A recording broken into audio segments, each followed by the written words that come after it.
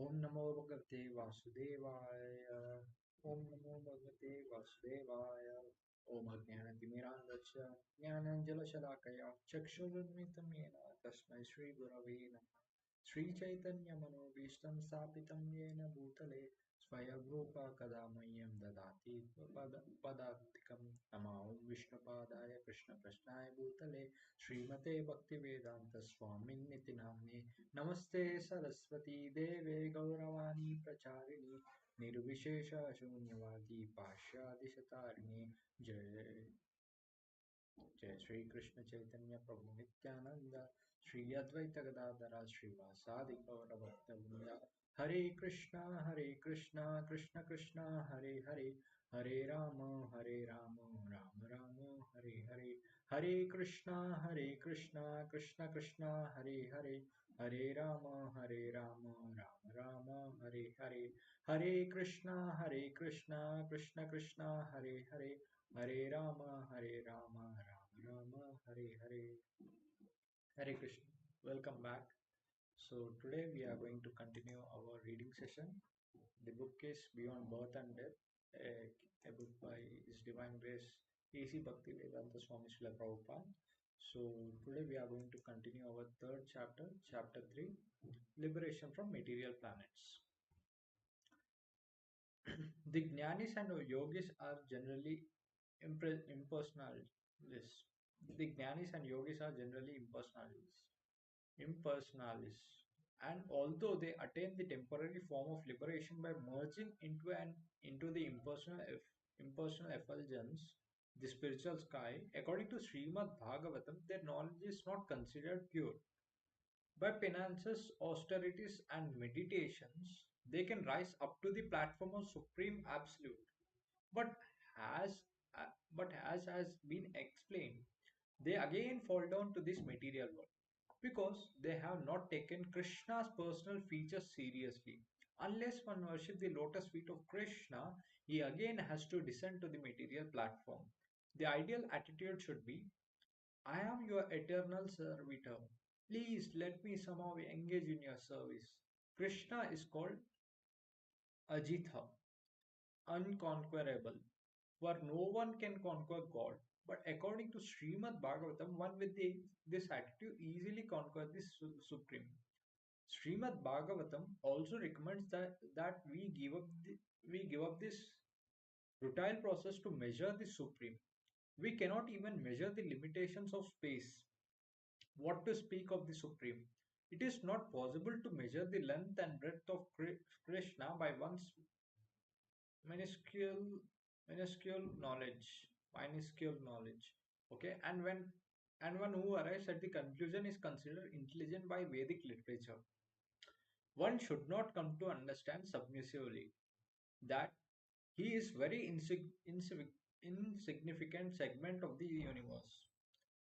Abandoning the endeavor to understand Supreme by limited knowledge or mental speculation, we should become submissive hand ear of the Supreme through authoritative sources such as the Bhagavad-gītā or to the lips of the realized soul. In the Bhagavad-gītā, Arjuna is hearing about God from the lips of Sri Krishna himself. In this way, Arjuna set the criterion for understanding the Supreme by submissive hearing. It is our position to hear the Bhagavad-gītā from the lips of the Arjuna or his bona fide representative, the spiritual master. After hearing, it is necessary to practice this acquired knowledge in daily life. My dear Lord, you are unconquerable, the devotee prays. But by this process, by hearing, you are conquered. God is unconquerable, but he is conquered by the devotees who abandons mental speculation and listen to the authoritative sources. According to Brahma Samhita, there are two ways of acquiring knowledge: the ascending process and the descending process.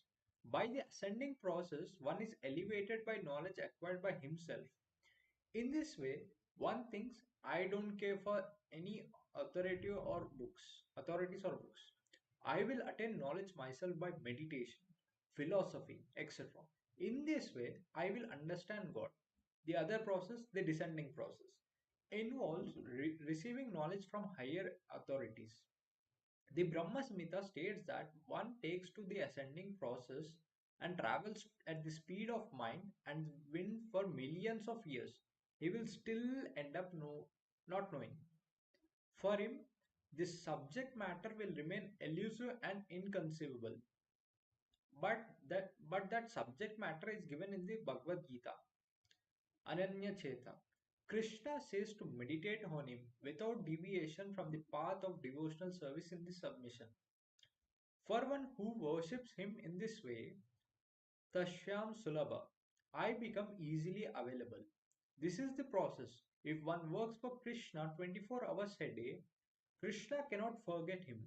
By becoming submissive, he can attract the attention of God.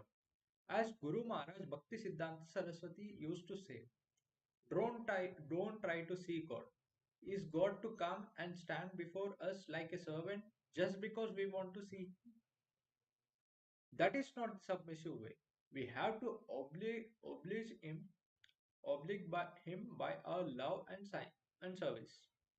The proper process for approaching Krishna was given to humanity by Lord Chaitanya Mahaprabhu, and Rupa Goswami, his first disciple, appreciated him. Rupa Goswami was a minister in the Mumadian government, but he left the government to become a disciple of Chaitanya Mahaprabhu. When he first went to see the Lord, Rupa Goswami approached him with the following verse: Namo Namo महावदन्याय Krishna प्रेमा प्रदायते कृष्णाय कृष्ण कृष्णाय कृष्ण चैतन्याय नामने गौरत्वसी नमः.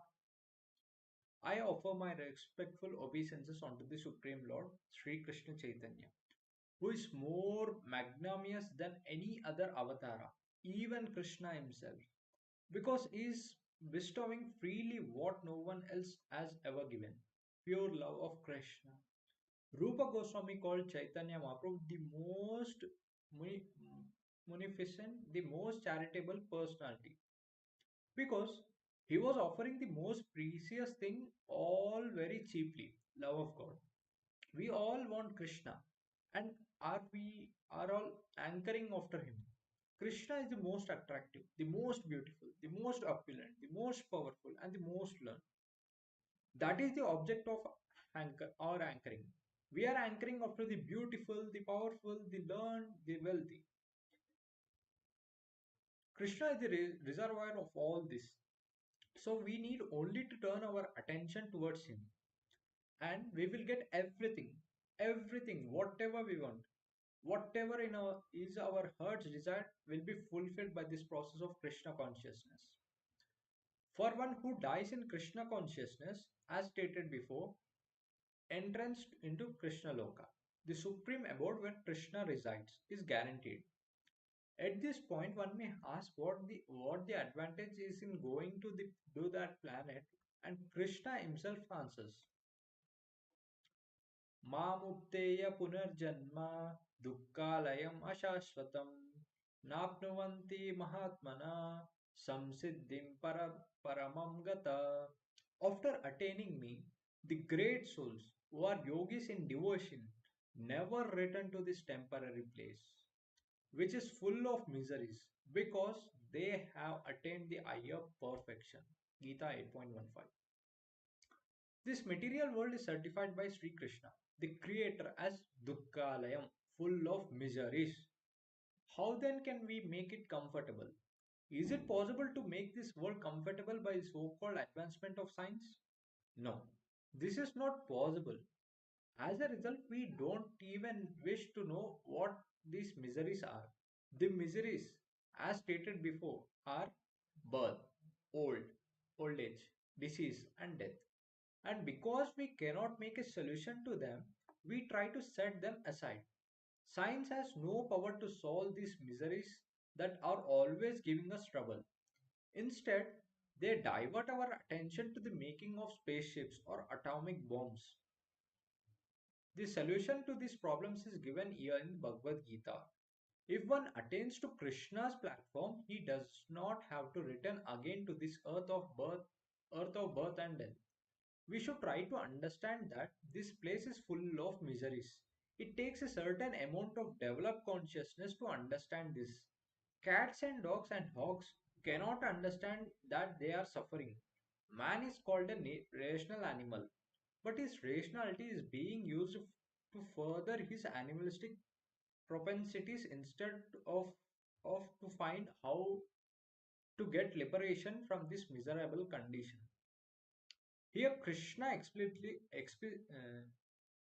explicitly states that one who comes to him will never be reborn to suffer miseries again. Those great souls who come to him have attained the highest perfection of life, which elevates the living entity from suffering of conditioned existence. One of the differences between Krishna and an ordinary being is that an ordinary entity can be in only one place at a time. But Krishna can be everywhere in the universe and it also in his own abode simultaneously.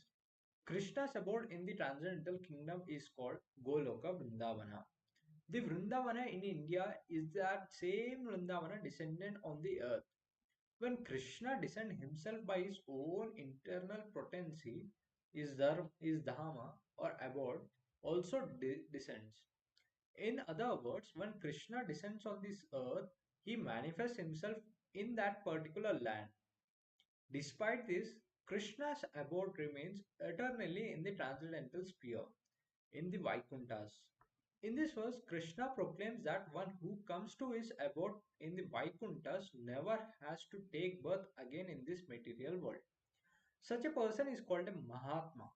The word Mahatma is generally heard in the West in connection with the Mahatma Gandhi. But we should understand that Mahatma is not the title or of a politician. Rather, Mahatma refers to the first class Krishna consciousness man who is eligible to enter into the abode of Krishna. The Mahatma's perfection is this to utilize the human form of life and the resources of nature to extricate himself from the cycle of birth and death. An intelligent person knows how he an intelligent person knows that he doesn't want to miseries, but they are inflicted upon him by force. As stated before, we are always in the miserable condition due to this mind, body, and natural disturbance or other living entities. There is always some kind of misery inflicted upon us. This material world is meant for misery. Unless the misery is there, we cannot come to Krishna consciousness. Miseries are actually an impetus and help to elevate us to the Krishna consciousness. An intelligent man questions why these miseries are inflicted on him by force. However, modern civilization attitude is let me suffer, let me cover it by some intoxication. That's all. But as soon as the intoxication is over, the misery is returned. It is not possible to make a solution to these miseries of life by artificial intoxication. The solution is made by Krishna consciousness. One may point out that although the devotees of Krishna are trying to enter the Krishna's planet, everyone else is interested in going to the moon. Isn't going to the moon also perfection? The tendency to travel to other planets is always present in the living entity. One name for the living entity is Sarvagata, which means one who wants to travel everywhere. Sarvagata, one who wants to travel everywhere. Travel is a part of the nature of the living entity. The desire to go to the moon is not a new thing. The yogis also are interested in entering the higher planets. But in the Bhagavad-gītā 8.16, Krishna points out that this will not be of any help.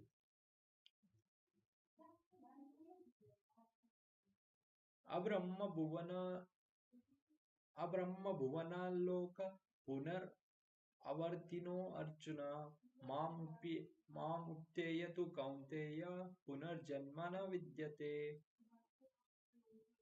From the higher planets in the material world down to the lowest, all are places of misery, wherein repeated birth and death takes place. But one who attains to my abode, O son of Kunti, never takes birth again. The universe is divided into higher, middle, and lower planetary systems.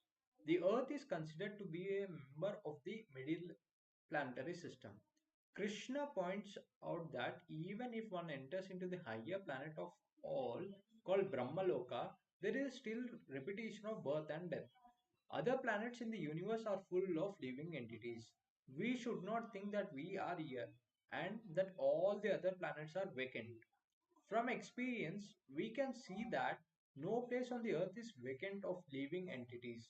If we dig deep down into the earth, we find worms. If we go deep down into the water, we find activities. If we go into if we go into the sky, we find so many birds. How is it possible to conclude that other planets have no living entities? But Krishna points out that even if we enter into those planets where great demigods reside, we will still be subjected to death. Again, Krishna repeats that upon reaching this planet, one need not to take birth again. We should be very serious about attaining our eternal life full of bliss and knowledge. We are forgetting that this is the actually our aim of life, our real self-interest. Why have we forgotten? We have simply been entrapped by the material glitters, by skyscrapers, big factories, and political play. Although we know that however big we build skyscrapers, we will not able to live here indefinitely. We should not spoil our energy in building mighty industries and cities to further entrap ourselves in the material nature. Rather, our energy should be used to develop Krishna consciousness in order to attain a spiritual body whereby we may enter into Krishna's planet. Krishna consciousness is not a religious formula or some spiritual recreation. It is the most important part of the living entity. So, this is where we and our third chapter, liberation from the material planets, and we can go for the fourth chapter as well, the sky beyond the universe. Chapter 4, the sky beyond the universe.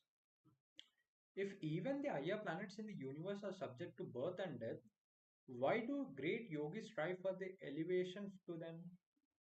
Although they may have many mystic powers, these yogis still have the tendency to want to enjoy the facilities of the material life.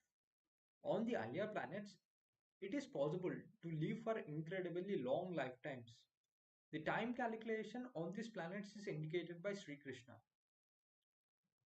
Sahasra Yuga Sahasra Yuga Paryantam Aharyad Brahmano Vidu Ratrim Yuga Sahasrana Sahas Sahasra Sahasrantam Tehorat Tehoratra Vidajnanaha. By human calculation, 1,000 ages taken towards in the duration of Brahma's one day, and such also is the duration of his night. Gita 8.17. One yuga covers uh, 43 lakh years. This number multiplied by 1,000 is calculated to be 12 hours of Brahma on the planet of Brahmaloka. Similarly, another 12-hour period covers the night. 30 such days equal to a month, 12 months a year, and Brahma lives for 100 such years. Life on such a planet is indeed long, yet, even after trillions of years, the inhabitants of Brahmaloka have faced death. Unless we have to go to the spiritual planets, there is no escape from death. Avyaktavyakta sarva prabhan prabhavante hahar agame rat ratyagame pralayante tatri avyakta sama samjnake. When Brahma's day is manifest, the multitude of living entities come into being, and at the arrival of Brahma's night, they are all annihilated. Gita 8.18. At the end of day of Brahma, all the lower planetary systems are covered with water, and the beings on them are annihilated. After this devastation and after the night of the Brahma passes, in the morning where Brahma arises, there is again creation, and all this begins come forth. This the subsection to creation and destruction is the nature of the material world. भूतग्रामसेव्यं भूतव भू भूत्वा भूतव प्रल्यते रतैरागमे वशः पाता प्रभवन्ते प्रभत्वे हर agame. Again and again the day comes and this host of beings is active, and again the night falls, o Partha, and there are helplessly dissolved. Gita 8.19. Although the living entities do not like devastation, that devastation will come and overflood the planets until all living beings on the planet stay immersed in water throughout the night of the Brahma. But as day comes, the water gradually disappears. परस्तस्मत्तु भाव्यन्यो व्यक्त सनातना यः स सर्वेषु भूतेषु नाश्यन्तु न विनश्यति. Yet there is another nature where, which is eternal and is transcendental to this manifested and unmanifested matter. It is supreme and is never annihilated. When all in this world is annihilated, that part remains as it is. Gita 8.20. We cannot calculate the extent of the material universe, but we have Vedic information that there are millions of universe with the entire creation, within the entire creation, and beyond this material universe, there is an another sky, which is spiritual. There all the planets are eternal, and the lives of the beings on them are eternal. In this verse, the word bhava means nature, bhava nature, and here another word is indicated. In this world, we have experience of also of two natures. The living entity is spirit, and as long as is within the matter, matter is moving. And as soon as the living entity, the spiritual spark is out of the body is immovable. The spiritual nature is called Krishna superior nature, and the material is called the inferior. Beyond the material nature, there is also a superior nature, which is totally spiritual. It is not possible to understand this by experimental knowledge. We can see millions and millions of stars through a telescope, but we cannot approach them. We have to understand our incapabilities. If we cannot understand the material universe by experimental knowledge, what is the possibility of understanding God and His kingdom? It is not possible experimentally. We have to understand by hearing the Bhagavad-gītā. We cannot understand who our Father is by experimental knowledge. We have to hear the word of our mother and believe her. If we do not believe her, there is no way of knowing. Similarly, if we just stick to the Krishna conscious method, all the information about Krishna and his kingdom will be revealed. Parastu Bhava means superior nature, and Vyak- Vyaktha refers to what we see manifested. We can see that the material universe is manifested through earth, sun, stars, and planets. And beyond this universe is another nature, an eternal nature, Av- Avyaktat Sanatana. This material nature has been beginning and an end. But that spiritual nature is Sanatana, eternal. It has neither beginning nor end. How is this possible? A cloud may pass over the sky, and it may appear to cover a great distance, but actually it is not a small speck covering an insignificant part of the whole sky. Because we are so small, if only a few hundred miles is covered by a cloud, it appears that the whole sky is covered.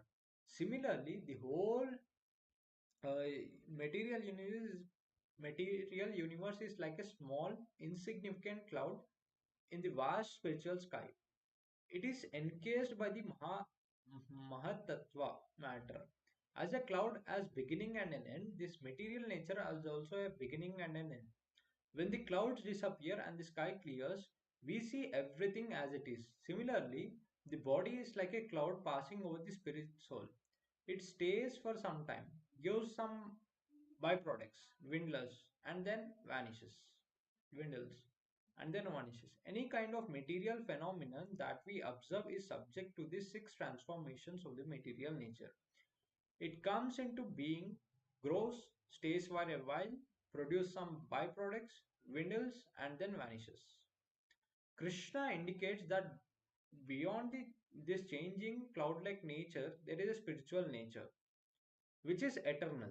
In addition, when this material nature is annihilated, that avyaktat sanatana will remain.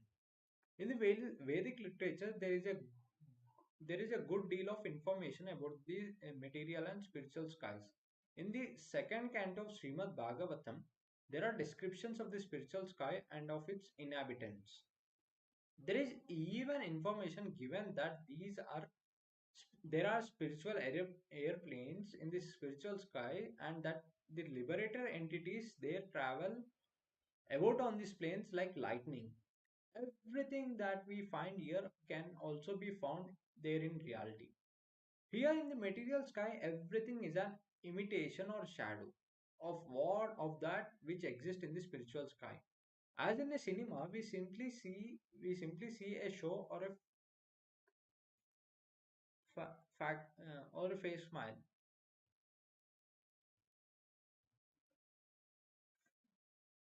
We show of a real thing. What is that? Fax Facsimile. Okay.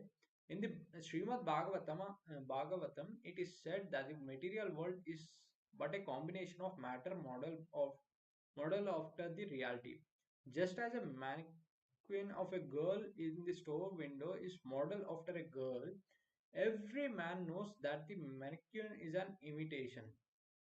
Sridhara Swami says that because the spiritual world is real, the material world, which is an imitation, appears to be real. We must understand the meaning of reality. Reality means existence without which cannot be vanquished. Reality means eternity. नास्तो विदाते भवो नभो विदयते सथा उभयेर अपि दृष्टनाश त्व अन्यस्तत्व दर्शिभि. Those who are the seers of the who are seers of the truth have concluded that of the non-existent there is no endurance, and of the existent there is no cessation.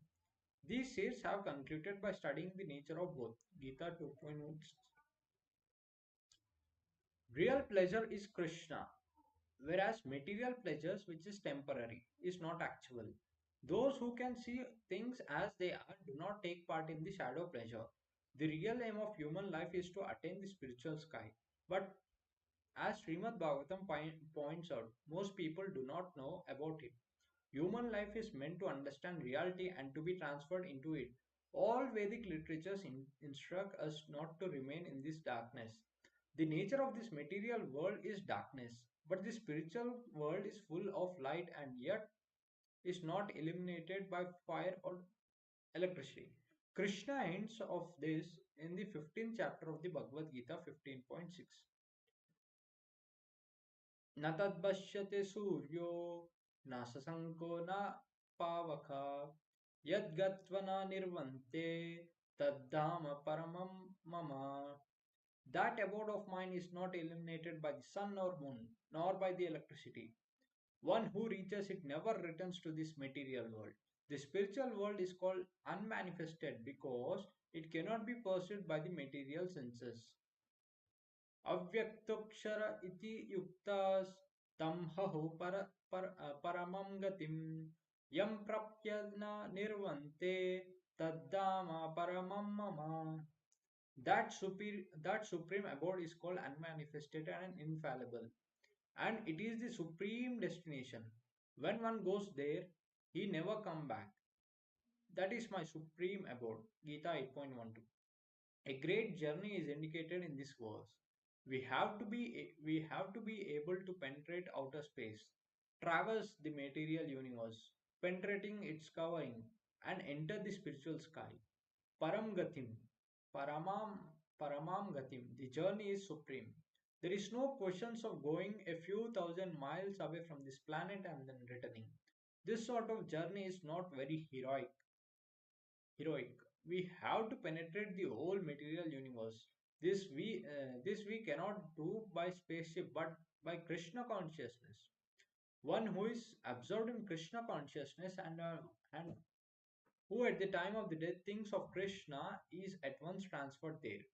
If we at all want to go to that spiritual sky and cultivate eternal blissful life full of knowledge, we will have to begin now to cultivate a Satchitananda body. It is said that Krishna has a Satchitananda body. Ishvara Paramam Krishna, Satchitananda Vigraha. And we also have a similar body of eternity, knowledge, and bliss. But it is very small and is covered by the dress of matter. If somehow or other we are able to give up this false dress, we can reach that spiritual kingdom. If once we can attain that spiritual world, return is not necessary. Yam prapyana nirvante. Everyone then should try to go to that Dhamma Paramam, Krishna's supreme abode. Krishna himself comes to call us, and he gives us literature as guidebooks and sends his bona fide representatives. We should take advantage of this facility given to human life. For one who reaches that supreme abode, penances, austerities, yogic meditations, and so on are no longer required. And for one who does not reach it, all penances and austerities are useless waste of time. The human form of life is an opportunity to get this boon, and it is the duty of the state, parents, teachers, and the guardians to elevate those who have acquired this human form of life to attain this perfection of life. Simply eating, sleeping, mating, and quarreling like cats and dogs is not civilization. We should properly utilize this human form of life and take advantage of this knowledge to prepare ourselves in Krishna consciousness. So that 24 hours of the day will be absorbed in the Krishna and at the death at once transfer to the spiritual sky. Purushasa paraha partha bhaktyaya labhyasto anyanyava Yasyantastani bhutani yena sarvam idam tatam. The Supreme Personality of Godhead, who is greater than all, is attained by unalloyed devotion. Although he is present in his abode, he is all pervading, and everything is situated within him. Gita 8.22. If we are all if we are at all interested in reaching that supreme abode, the process as indicated here is bhakti. Bhaktya means devotional service, submission to the Supreme Lord. The root for the Bhaktya is Bhaj, which means service. The definition of Bhakti given in the Narada Panchatantra is freedom from designation. Bhakti means freedom from designation. If one is determined to get out of all the designation that are attached to pure spirit soul and which arise due to the body and are always changed when the body is changed, one can attain to bhakti. Bhakti is realizing that one is pure spirit and no matter at all. Our real identity is not this body, which is simply a covering of the spirit, but our real identity is Dasa, servant of Krishna. When one is situated in his real identity and is rendering service to Krishna, is Bhakta. Rishike, Rishikena Rishikesha Sevanam.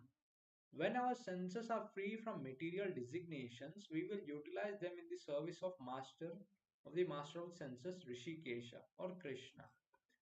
As Rupa Goswami points out, we have to serve Krishna favorably. Generally, we want to serve God for some material purpose or gain.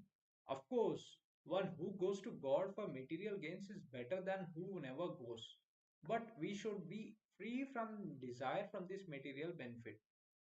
Our aim should be to understand Krishna. Of course, Krishna is unlimited and it is not possible to understand him, but we have to accept that we can understand. The Bhagavad-gītā is specifically presented for our understanding. Through receiving knowledge in this way, we should know that Krishna is pleased and we should serve him favorably according to his pleasure. Krishna, conscious, Krishna consciousness is a great science with immense literature, and we should utilize them for the attainment of bhakti. Purusha Para. In this spiritual sky, the Supreme Lord is present as the Supreme Person. There are innumerable self-luminous planets there, and in each of them, and each one of an expansion of Krishna resides. There are four. There are four armed. They are four armed and have innumerable names. They are all persons. They are not impersonal.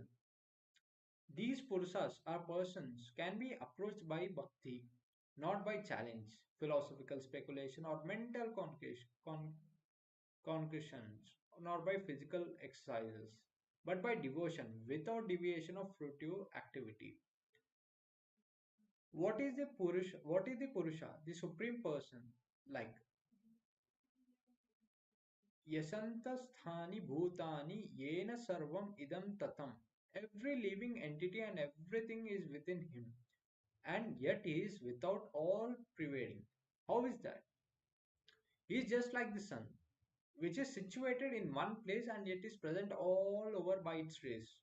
Although God is situated in his Dhamma Paramam, Dhamma Paramam, his energies are distributed everywhere, nor is different from his energies.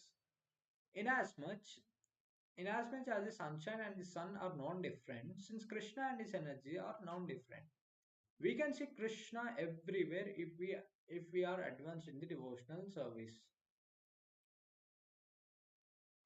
Prema Prema Premarjuna Premarjuna Chate Bhakti Vilochanayana Santa Sadvaivrdaye Vilokyanti. I worship the original personality of Godhead, Govinda, whom the pure devotees whose eyes are smeared with the ointment of love of God always observe within their hearts. Brahma Samhita 5.38. Those who are filled with the love of God sees God constantly before them. It is not that we saw God last night and is no longer present. No. For one who is Krishna consciousness, Krishna is always present and can be perceived constantly. We simply have to develop the eyes to see him. Due to our due to our material bondage, the covering of the material senses, we cannot understand what is spiritual. But this ignorance can be removed by this process of chanting Hare Krishna. How is this? A sleeping man may be awakened by sound of vibration. Although a man may have been, maybe for all intents and purposes unconsciousness, he cannot feel, smell, etc. The sense of hearing is so prominent that a sleeping man may be awakened just by sound vibration. Similarly, the spirit soul, although now overpowered by the sleep of material contact, can be revived by the transcendental sound vibration of Hare Krishna, Krishna Krishna, Hare Hare, Hare Rama, Rama Rama, Hare Hare. Hare Krishna is simply an address to the Supreme Lord and his energies. Hare means energy, and Krishna is the name of the Supreme Lord. So when we chant Hare Krishna, we are saying, O energy of the Lord, O Lord, please accept me. We have no other prayer for acceptance by the Lord. There is no question of praying for daily bread. For the bread is, excuse me, for the bread is always there. Hare Krishna is but an different address to the Supreme Lord, requesting him to accept us. Lord Chaitanya Mahaprabhu himself prayed, Ainandatanujakin karam patitamam vishame bhavam buddha krupaya tava padapankaja sthita dhuli sadrasham vichantaya. O son of Maharaja, Nanda, I am your eternal servitor, and although I am so, somehow or other I have fallen in the ocean of birth and death. Please, therefore, pick me up from this ocean of death and fix me as one of the atoms at your lotus feet. Shistashkam 5. The only hope for a man fallen in the middle of the ocean is that someone will come and pick him up. If someone just comes and falls in but a few feet of our water, he is immediately relieved. Similarly, if we are somehow lifted from the ocean of birth and death by the process of Krishna consciousness, we are immediately relieved. Although we cannot perceive the transcendental nature of the Supreme Lord, His name, fame, and activities, if we establish ourselves in Krishna consciousness, gradually God will reveal Himself before us. We cannot see God by our own endeavor, but if we qualify ourselves, God will reveal Himself, and then we will see. No one can order God to come before Him and dance, but we have to do work in such a way that Krishna will be pleased to reveal Himself to us. Krishna, Krishna gives us information. Krishna gives us information about Himself in the Bhagavad-gītā, and there is no question of doubting it. We just have to feel it, understand it. There is no preliminary qualification necessary for the understanding of the Bhagavad-gītā because it is spoken from the absolute platform. The simple process of chanting the names of Krishna will reveal what one is, what God is, and what the material and spiritual universes are, why we are conditioned, how can we get out that conditioning, and everything else step by step. Actually, the process of belief and re- revelation revelation is not foreign to us. Every day we place faith in something that we have confidence will be revealed later. We may purchase a ticket to go to India, and on basis of the ticket we have faith that we will be transported there. Why should we pay money for a ticket? We do not just give the money to anyone. The company is authorized and the airline is authorized. So faith is created. Without faith, we cannot take one step forward in the ordinary course of our life. Faith we must have. Faith we must have, but it must be faith in that which is authorized. It is not that we have blind faith, but that we accept something that is recognized. The same Bhagavad Gita is recognized and accepted as scriptures by all the classes of men in India. And as far as outside India is concerned, many scholars, theologians, and philosophers accept the Bhagavad Gita as a great authoritative work. There is no question that the Bhagavad Gita is authority. Even Professor Albert Einstein, such a scientist, read the Bhagavad Gita regularly. From the Bhagavad Gita, we have to accept that there is a spiritual universe which is in the kingdom of God. If somehow we are transported to a country where we are informed that we will no longer have to go undergo birth, old age, disease, and death, will we not be happy? If we heard of such a place, surely we would try as hard as possible to go there. No one wants to grow old. No one wants to die. Indeed, a place free of such sufferings would be our heart's desires. Why do we want this? Because we have the right, the prerogative to want it. We are eternal, blissful, and full of knowledge. But we, having something covered by this material entanglement, we have forgotten ourselves. Therefore, the Bhagavad Gita gives us the advantage of being able to revive our original status. The Sankrites and the Buddhists claim that the world beyond is void, but the Bhagavad Gita does not disappoint us like this. The philosophy of voidness has simply created atheists. We are spiritual beings and we want enjoyment, but as soon as our future is void, we will become inclined to enjoy this material life.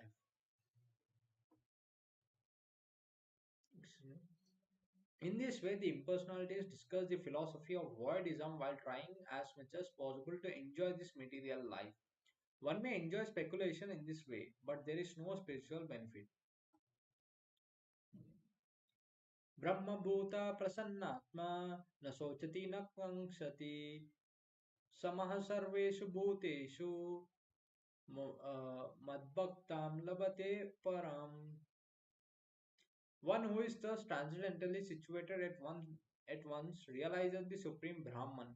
He never laments or desires to have anything. He is equally disposed to every living entity. In that state, he attains pure devotional service unto me. Gita 18.54. He who has progressed in the devotional life and who is releasing service to Krishna will automatically become detached from the material enjoyment. The symptom of one absorbed is bhakti is that he is fully satisfied with Krishna. So this was our fourth chapter, and we are left with one chapter associating with Krishna. We'll try to continue tomorrow. Thank you for joining me. Vanchakalpatarubhasya kripasindhubhyo cha patitanam pavanebhyo vaishnavibhyo namo Namaha. Hare Krishna.